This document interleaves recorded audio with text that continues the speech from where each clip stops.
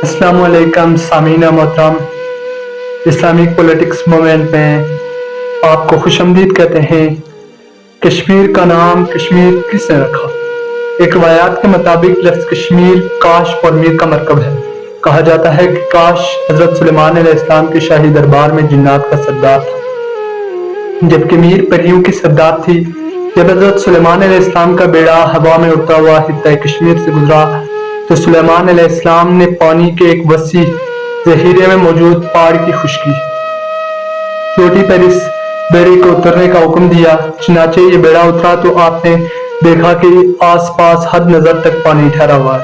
ये खूबसूरत मंजर देखते ही वो ऐश ऐश कर उठे। उन्होंने सरदारों से मशवरा किया कि अगर इस जेल के पानी को खारिज कर दिया जाए तो इसकी तह से खूबसूरत जहीरा वादी नमदार होगी, जिसमें इंसानी आबादी मुमकिन होगी। चुनाचे सवाल पैदा हुआ कि इस झील में से पानी कैसे खारिज किया जाए।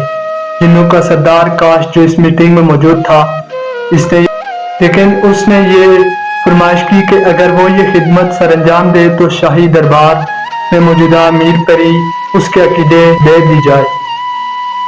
सुलेमान अलैहिस्सलाम ने इसकी ये फरमाइश पूरी करने का वादा किया और उसे हुक्म दिया कि वो इस झील को खाली करे। चुनाचे उस जिन ने अपनी तस्लीमाती अमल से बाहर का पहाड़ काट लिया, जिससे झील का पानी खारिज हो गया। सुलेमान अलैहिस्सलाम ने अपना वादा पूरा करते हुए मीर परी उसके अकीदे में दे दी।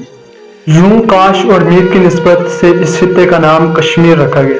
श्रीनगर के अकाब में कोए अरमक की चोटी पर तख्त सुलेमान इस वाक़े से मुनसब है, जो 14वीं सदी ईस्वी में जब सैयद अली हमदानी कश्मीर तशरीफ लाए तो उन्होंने शायद इसी तंज में कश्मीर को बा सुलेमान का नाम दिया।